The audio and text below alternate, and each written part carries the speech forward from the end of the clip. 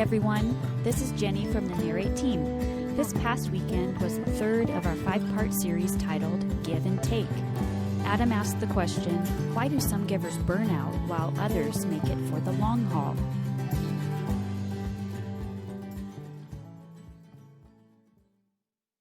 So I'd like to start by stating something that you might find offensive, but trust me on it, is because you're not supposed to do this, but I figured since we're in that season where we're doing it all the time, I'll do it anyway, which is to suggest that there are really two types of people in the room. You're not supposed to do that. But what I'd like to suggest is that there's really two types of people in the room, and I'm not talking male, female. I'm talking those of you who love to tease and challenge the E on the gas gauge, and those of you that go like, why would you mess with the E on the gas gauge? Like we kind of break over that point, right? Like there are some of you, I know some of you, I've talked to some of you, I've seen some of you, I have a wife who's one of you who, You know like how many millimeters underneath the E that little arm on your gas gauge can get before you're actually out of gas, right? Like, or some of you, when the light comes on, you're like, light. I got 2 more gallons when the light comes on. And maybe you're one of those who got a new car, and now when the light comes on, the computer actually tells you how many miles, and that was super anticlimactic for you. Like all the fun was gone. Until you realize the computer's wrong, right? There are 0.3 more miles of gas in the tank after the little computer says you're going to be empty. And then there's others of you who, right, you're like, you don't mess with the E. Like, why would you do that? There's lots of risks worth taking in life, lots of times where you should take risk, but not then.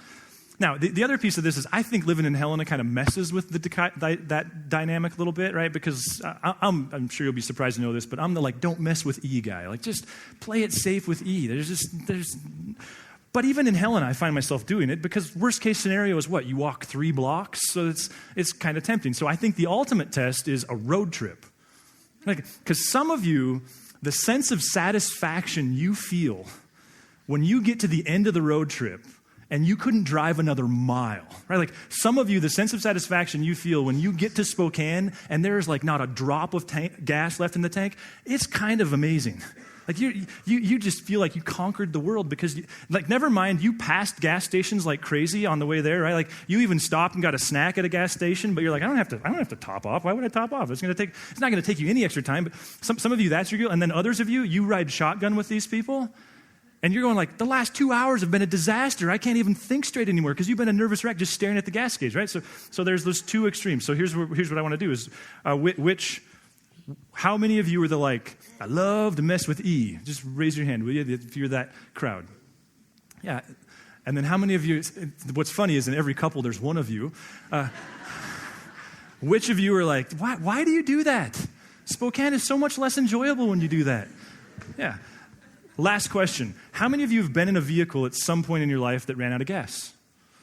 That's kind of funny, isn't it? I actually, when I was in high school, my dad bought me a 1965 Impala, and one of the first weekends I decided I was going to tinker with it, and for whatever reason I decided to tinker with the gas tank because it looked to me like it wasn't hanging very securely. So the first time I ever ran out of gas was when I was pulling out of the high school parking lot, and the gas tank fell out of the 65 Impala, and it was like, what was that loud thud? And I looked in the rearview mirror, and my gas tank was sliding down Main Street. And ironically, a woman came up to me after the first gathering, and she said, my husband and I had a 1965 Impala, and the same thing happened to us. So it turns out it might just not be that I just don't have any mechanical skill. I say all that because some of you, maybe this is your first time you've been with us in this conversation, give and take. And the question that I really want to ask this morning, and I'll try to bring us back to it at the end as well, is as we talk about giving and taking, both as kind of a type of a person and a temperament, but more so when we move into and out of a mentality, the question I want to ask is, why is it that some people run out of gas in their giving? And why is it that others can keep going? To keep it in the positive, what are the secrets? And what I want to look at this morning is really the social science first, to be honest with you. It's a little bit uncomfortable for me, but we're going to do it anyway because we're going to look at the text second, and I'll talk a little bit more about that. But what are the secrets is the question that I want to ask of people who give over the long haul. What do they know about giving and sustaining giving that maybe the rest of us would learn from? Some of you work in a field. And whether it's medicine or law or banking, whether you're a nurse or a teacher or a barista at a coffee shop, you see there are two types of people you work with. There are those types of people who started in that career path because they genuinely wanted to serve people. They wanted to love students. They wanted to love patients. They wanted to change someone's day with a nice cup of coffee. And then there's some who started that way, and they hate people now. And you're like, why do you still do this? And the reason is because they have a mortgage. And then there's others people, you teach with them, and you're amazed because they're 30 years in, and they still genuinely care about students. I guess the question I want to ask is, what can we learn? Because what I know about you and I know about myself is we want to be among that group that still cares about people when we're signing a loan for them. We want to be among the group that cares about people when we're putting an IV in their arm, but we also recognize it's not easy. So what do they know? You know, there's the career piece, and we talked last year about no matter your career, that there's an opportunity to make it your vocation, which means any career, maybe all legal careers, we need to say, can be rendered as service unto God, if you will. That there's also relationships. I mean, this can happen in marriage, and that's not to say that divorce or anything, those kind of difficulties are ever one-dimensional, but the same thing can happen in a friendship, in a workplace relationship, in a marriage, where you signed up, you knew it was going to require that you be a giver at times, and you're just kind of done being a giver. Or you've watched someone be done being a giver. What happens? It can happen in volunteering, of course. Did you know there's, and this is just one story, there's a couple that the second preview service we ever did at the Cinemark started teaching kids, Narrate kids, and they're still doing it today. It occurred to me that next year, the senior class will have had them as teachers and Narrate kids way back in elementary school. The question I want to ask is, why can some people be a big brother through big brothers, big sisters, or be a tutor at a school, or just be a kind, generous neighbor? Why can some do it over a lifetime, and the rest of us get hard and angry, and we just run out of gas? That's where I want to go. And to do so, actually there was some research conducted by two psychiatrists in Canada that I think can help us mightily. Their names are Jeremy Freimer and Larry Walker. Not Larry Walker of the Colorado Rockies and St. Louis Cardinals, who should have made the Hall of Fame this last week, mind you. Not that Larry Walker. He should be in, I'm just saying. He's Hall of Fame material. But the Larry Walker who's a psychiatrist in Canada. Now, these guys had this ambitious study that they recently completed where they wanted to know what are the unique motivations of givers versus not so much givers. Those who go for the lifetime versus those who don't. So to do so, what they did is they identified 25 recipients of the Caring Canadian Award, which is kind of funny.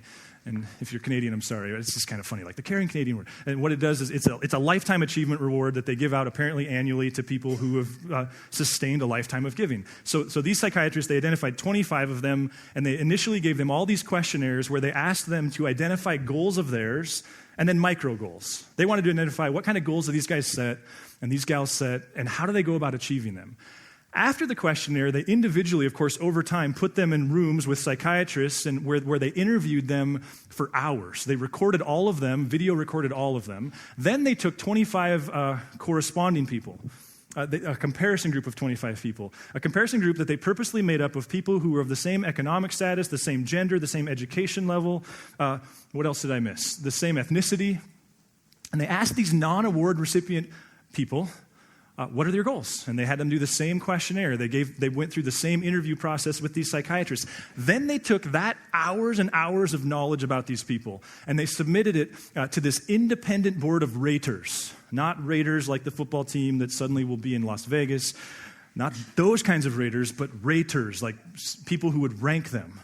And they said, will you rank them as it relates to what kind of ambition they have? And they were really interested in two categories. The first one was self-interest. Self-interest, they defined as power and achievement. So they wanted to go like, okay, those 50 people, how did they rank in self-interest?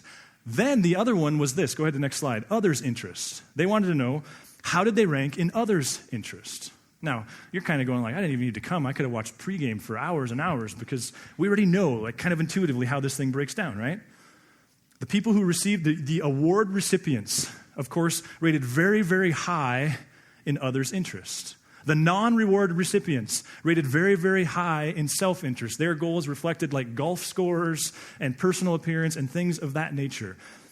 But here's where the research got a little surprising. Surprised them, was shocking to me, and quite frankly, as a Christ follower, this information messes with me. Part of what I want to stress this morning is I want to start a conversation that I hope happens over halftime. I hope it happens when you catch up on your next date night or your next small group or whatever it is you process things, because especially as a Christ follower, this is messy. I think if you're not steeped in the scriptures, if you're not sure what to do about Jesus, if you're very foreign to church culture, this is much more intuitive and makes much more sense to you. But for those of us who've been trying to follow Jesus, this is difficult. The surprising bit of information they learned was that the reward recipients, not only did they rate very high in self or in others' interest, they also rated very high in self-interest. So they thought there would be this dichotomy, award recipients, others, non-award recipients, self. It's not what they found. What they found was that the non-reward award recipients were very high in self and had very little, if any, other. And what they found was that the 25 Distinguished Lifetime Achievement Award winners had high amounts of both. In fact, Adam Grant, summarizing the research, he says it this way: the successful givers weren't just more other-oriented than their peers. They were also more self-interested. Successful givers, it turns out, are just as ambitious as takers and matchers. Now, part of the way they talk about this is by way of two continuums. And I think as Christ followers, if you'll analyze your thinking, the assumption is that there is a single continuum. Self-interest on one side, others on the other. And as Christ followers, our goal is to gravitate further and further toward the others. What their research suggests, and this is crazy, it's challenging, I think it's shocking if you're a Christ follower. What their research suggests is it's a false dichotomy. That there are two continuums. One where you rate high or low on self-interest, one where you rate high or low on others' interest, but the relationship isn't determined by the other. What they found is that takers, they're very high on self-interest, very low on others. But what they found is that givers, when they went beyond this 25 group, some of the givers are very high in both. Some are only high on others. In fact, you may remember when we kicked this whole conversation off, one of the initial studies that kind of predicated all of this is they studied engineers, they studied med students, and what they found consistently is that the very top performers were givers, and the very bottom performers were givers. Remember we talked about that the givers are either chumps or they're either champs or they're chumps. And the question is like, wait a minute, why are some engineers who are givers, why are they the best in the office? Excuse me. And some are the least productive. They have the most errors, that they issue the fewest reports. Actually, what they're finding is the question is answered by the ones that do or do not have any level of self-interest. Kind of messy. Bill Gates said at the 2008 World Economic Summit, because this is what I do for a hobby, is I read the transcripts of those things. Listen to this. He says, as I see it, there are two great forces of human nature, self-interest and caring for others. This hybrid engine, I love that phrase, this hybrid engine of self-interest and concern for others can serve a much wider circle of people than can be reached by self-interest or caring alone. So, Christ follower, I guess the question I'm asking is, what if the disciples were both? What if the best of the best, the heroes in the text, were both? What if we've created a false dichotomy? What if Mother Teresa, who died having written books and really created a international brand, what if we misunderstand her when we assume her to be this person who didn't have any self-interest? The phrase that the researchers have coined that I think can be helpful and maybe even worth using is this phrase, other-ish ambition. The way they talk about the both end of this is that the highly productive givers, they have both, others and self. Now, here's where as Christ followers, I think we got to be careful. I think we got to be challenged. I think this involves a lot of conversation. I wish that I had months more to think about this. I wish that I had time to have conversations with lots of you. I wish that in some of the context I found myself in this week, I would have started conversations. I think this is messy, but I do think we got to look back at the text, because remember, this is a rabbi who said, I didn't come to be served. I came to serve others. We've built a movement, a church. We think that's what church is all about, is a bunch of people who meet Jesus and suddenly realize life isn't about them. But listen to some of the things that go on here. Listen to Mark. Just one example, because what I found myself doing this week is going, and as I was preparing for this weekend, of going, wait a minute. suddenly maybe we're reading some stuff a little differently. Sorry, Kim, I skipped context again. I did that to you last service. Let me give you a little context here. So there's this moment where the disciples, they're headed to Jerusalem. Jesus knows he's going to die. They think he's going to go be crowned king of a new government, literally. I mean, that's what they're picturing. So a couple of them come alongside Jesus and go, hey, when you get there, could we have the second biggest chair and the third biggest chair? Like, could we be right and left and, VP and Secretary of State? And Jesus is like, you don't understand what you're asking about. Like, those spots have been appointed, so it's not like they don't exist, but no, you can't just ask for them and get them. Well, then there's kind of it's like if you went up to your boss and said, hey, could I be number 2? And everybody else who works with you finds out that you're the newest one there and you're suddenly asking to be number 2. There's this turmoil that happens. There's some petty kind of infighting that happens. Jesus hears about it, and here's what he says. Jesus called them together and said, you know that those who are regarded as rulers of the Gentiles lord it over them, and their high officials exercise authority over them. Not so with you. So we've talked about this, that Jesus is going, we do power differently. Listen to what he says next. Instead, whoever wants to become great among you must be your servant, and whoever wants to be first must be slave of all. Question that, quite frankly, I didn't know to ask before I read this research, and I'll address the dangers of that in just a moment. Is Jesus squashing their desire for ambition? Is Jesus saying to them, it's wrong to want something? It's wrong. Is Jesus saying it's wrong to want to be great? Or is he redefining how one goes about that? Could it be that this Jesus understands that people, employees, kids, friends, Christ followers who want nothing can do very little good? But people who want too much, and sometimes for the wrong reasons, can be redirected. That the wind can, in a sense, be redefined. To me, it's a thought we have to think about.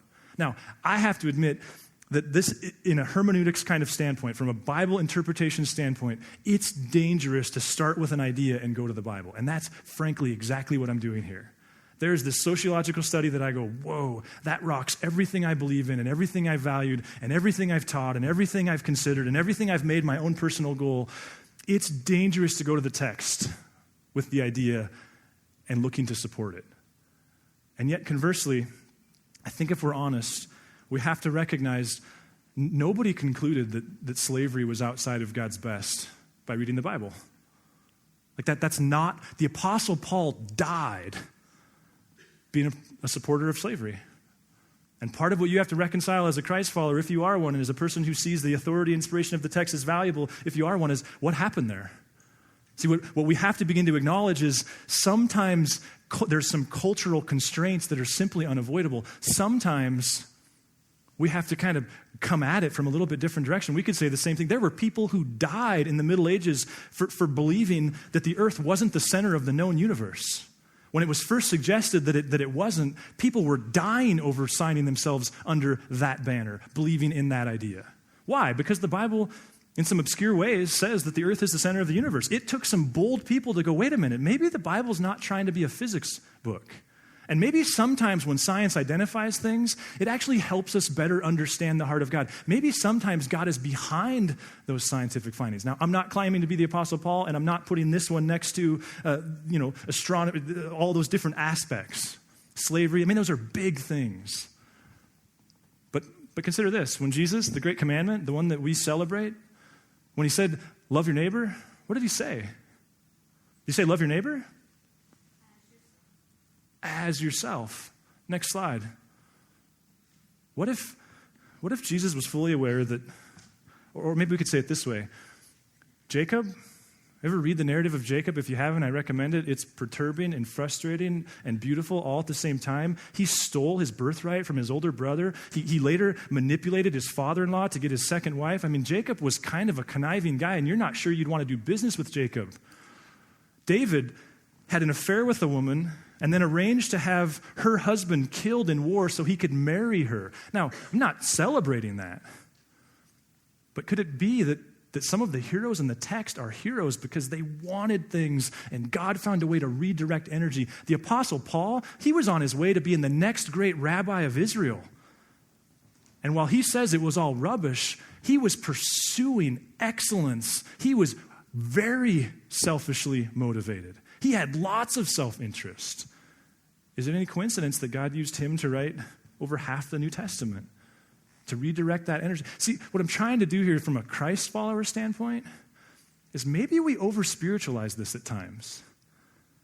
Maybe serving God involves also wanting things for ourselves. There's another instance that stands out to me where Jesus says some things to the disciples that, again, I'm just admitting, I didn't see it this way before the research, but it's challenging the way I think about it. Go ahead to that next slide. In Mark 10, Jesus says this to the guys. He says, well, I'm in the wrong chapter. Where am I supposed to be? 10:29. So either you're wrong or I'm wrong. Oh, yeah, truly I tell you, no one who has left home or brothers or sisters or mother or father or children or fields for me in the gospel will fail to receive 100 times as much in this present age. Homes, brothers, sisters, mother, children, and fields, and let's slip along with persecutions, and in the age to come, eternal life. Now, I kind of mess with you, because is Jesus squashing here their desire to have things? Stands out to me that they're all kind of going like, man, we've left, the thing before this is Peter says, we've left everything to follow you. And Jesus goes, yeah, but good news. There's lots in it for you. There's a place in 1 Timothy, I think one of the most important texts on the way we think about our resources. We did a whole series from this in 1 Timothy 6. This is messy too. Listen to what Paul says. Command those who are rich in this present world not to be arrogant nor to put their hope in wealth, which is so uncertain, but to put their hope in God, who richly provides us with everything for our enjoyment. You can do your own study. Question, having had 2 seconds to think about it. Is God condemning wealth in this text? Is he saying those people who have more than everybody else, tell them to knock it off? I don't see it. It's like Paul knows there's people who have more. Listen to the follow-up. Command them to do good, to be rich in good deeds, and to be generous and willing to share. Because of the work I do, I, of course, interact with people all over the socioeconomic scale. And while I don't look at who gives what, it's sometimes kind of obvious where different people are at. You know what I've learned about wealthy people in my 8 years of doing this? I didn't know this. I have a blue-collar dad from a blue-collar family, and you know what I've learned about 6-figure, 7-figure income-earning people? They outwork me almost 2 to 1. I'm not saying this is true of all. What I've learned is they're some of the hardest working people who want things, and some of the most generous people I've ever met. It's one of the most humbling things I go through. When people who work more hours in their profession than I do show up and run a vacuum cleaner on Sunday morning. What if part of the way we explain the 12 disciples and the women who were part of that crew, why they got such a special place versus all the other masses who didn't, this is the scripture silent here, but what if part of the deal was Jesus was siphoning off guys who wanted enough to at times get themselves in trouble and sound selfish? What if there's both? And what that would mean, a lot of work, I think, for all of us. Differentiating, okay, so how far is selfish? And how far is God honoring? And how do we balance this out? That would be the New Testament. A God who's going, this doesn't happen overnight. We got to work this out in relationship. Just for your consideration. Second thing here is so there's this one, like, how do people not run out of gas? They actually have self-interest. The other one is if we haven't raised up enough controversy, is successful givers, they count. And you're like, well, I thought Jesus said, don't let your left hand know what your right hand is doing. Yeah, and he also said that if your eye is causing you to stumble, pluck it out. So apparently there's some metaphor going on here. Givers who give over the long haul count. Here's one example of this. There was apparently one of the highest paying jobs at most universities is that in the call center. So these universities have call centers where they employ students to call alumni and raise funds for scholarships and building funds and things like that. Well, Adam Grant's crew got called into a university because the administration was frustrated that their call center was being so incredibly unproductive, and so they hired him as a consultant, and his team came in to analyze what was going on there. Now, he assumed, heading into it, that what he was going to find was that the givers were doing okay and the takers were just taking the paycheck and doing nothing else. His research actually said the opposite, that the takers were the ones that were productive, and the givers were so unmotivated they were doing very little. Why unmotivated? He began to wonder, maybe it's the lack of story. Maybe it's the lack of tangible impact. He had an idea, and so he said to them, let's try this. Why don't we give the entire staff a story? Let's find an email, an authentic, real email that came in from a real student who got a real scholarship, and let's just share it with them and see what happens. And they identified this email. It was just a short paragraph from a woman who graduated from the university, whose mother and grandfather had also graduated from the university, who wasn't going to get to attend the university because she's now out of state, and therefore she wasn't able to afford it. But the scholarship made it possible. Instantly, the givers caught up to the takers in their phone calls. A week later, they said, okay, let's double down on that idea. Let's do a face-to-face. They brought in a real person, same deal, a real recipient of a real scholarship made possible by real phone calls made to alumni. They brought in this person, brought the entire call staff in to listen to this person's story. Guess what happened? Skyrocketed. Within a week, the number of calls per shift doubled. Within a week, the average return on investment, the average employee went from raising $400 a week to $2,000 a week. What is that? It's story. And if we're not careful, we make ourselves feel guilty for needing one. In my sector, there's this thing that happens, like you are a really spiritual person if you don't know how many people attend on a weekend. Why? Well, because it's insincere. You're doing it for the wrong reasons. I was ironically meeting with a friend this week who's trying to figure out whether or not to go to 2 services at his church because he said they're packed. And I was like, well, how many does your space hold? And he told me, I said, well, how many people are attending? He's like, I don't know. I was like, how do you not know? Because I don't count. And that's this like, oh, so yeah, you're doing it right. To which you go, yeah, and you don't even know whether or not you can serve people better by knowing. And that's not to criticize him. He's coming from his own kind of toxic background. I don't know what it looks like for you, but I'll bet you there's this kind of thing where you're not supposed to talk about that. There's some research that's been done recently out of the University of Cal Berkeley, where a psychiatrist is now saying that she can quantify that the profession in the United States that has the highest rate of burnout is teachers. Teachers has the highest rate. The secret? Well, the group Teach for America, which if you're not familiar, Teach for America takes college graduates, often from Ivy League schools, takes them from these middle-class, upper-class backgrounds, and after graduating college, puts them in an inner-city school. One teacher that I read about, she graduated, she went to a school in Philadelphia where there were 1,200 students at this high school. 500 of them had been suspended at some point in their high school tenure. 54% from that high school graduate. It's 98% African American. She's a blonde-haired, blue-eyed white woman.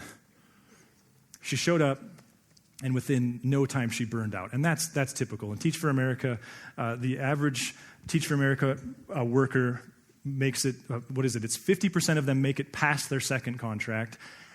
50% of them are done after 2 years, 80% of them are done after 3 years. A full 1/3 of them leave the profession entirely after their Teach for America experience.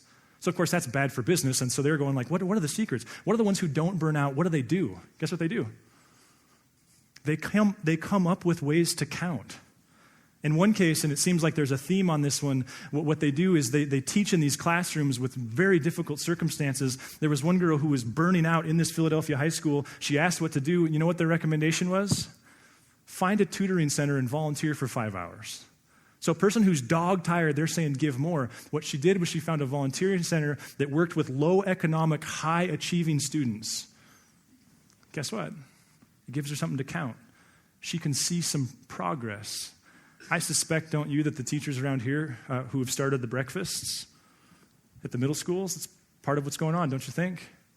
Some kind of tangible, countable, I can see I'm making an impact. There was another study that involved radiologists in Israel. They took these radiologists, and they gave them 6 months after they had read an initial radiology report, they gave them the same reports back. Now, they didn't know, that's why they waited 6 months, but they changed one thing about the file. Guess what they changed? In half the files, they put a photo of the person whose radiology report they were reading.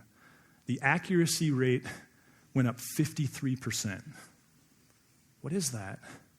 Oh, it's suddenly connected to people. It's suddenly, I can see the difference. There's a woman who's a part of this community who, I asked her permission to share this story, is a barista at a coffee shop.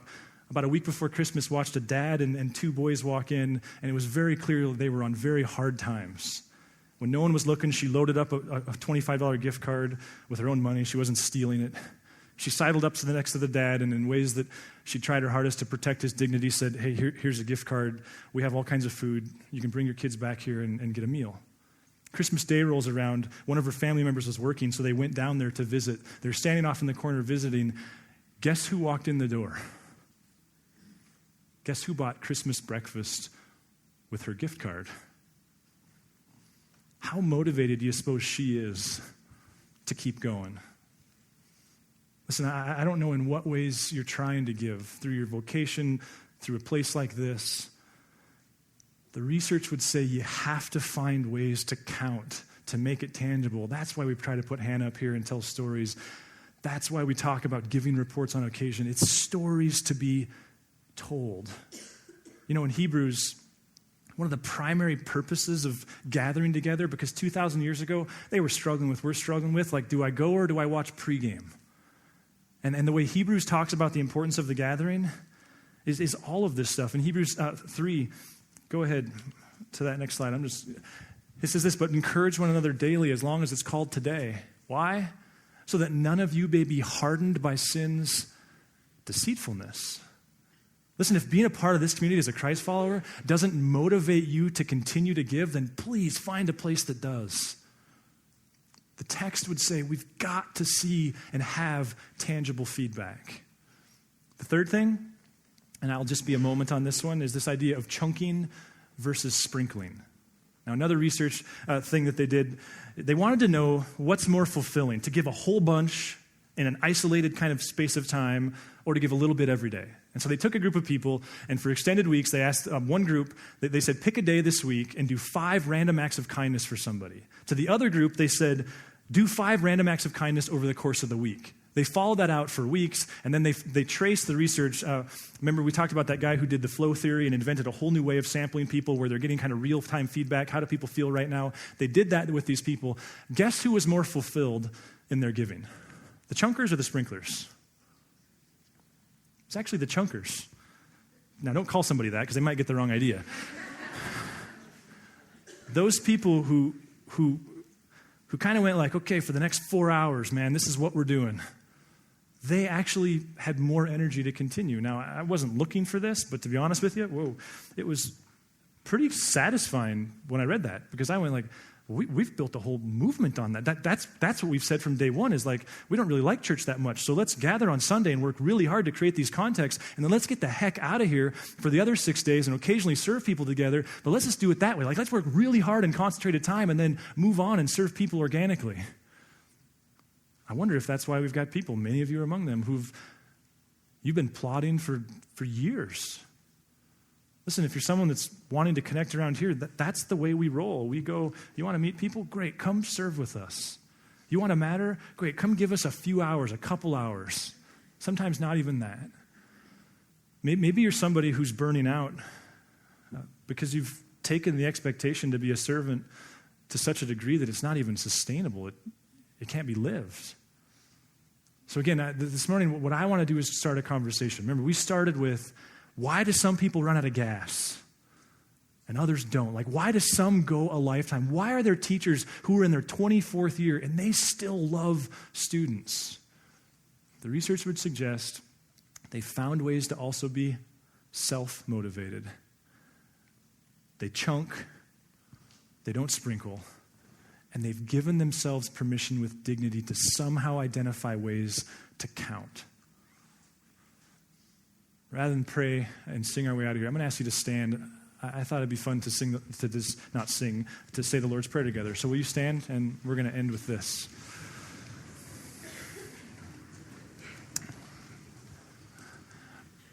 Say this together. Our Father in heaven, hallowed be your name. Your kingdom come, your will be done, on earth as it is in heaven. Give us today our daily bread.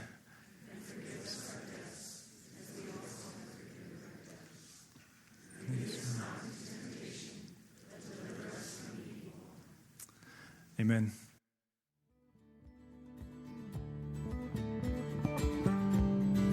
If you would like to engage further with Narrate Church, you can find contact information online, www.narratechurch.org. We would love to hear from you.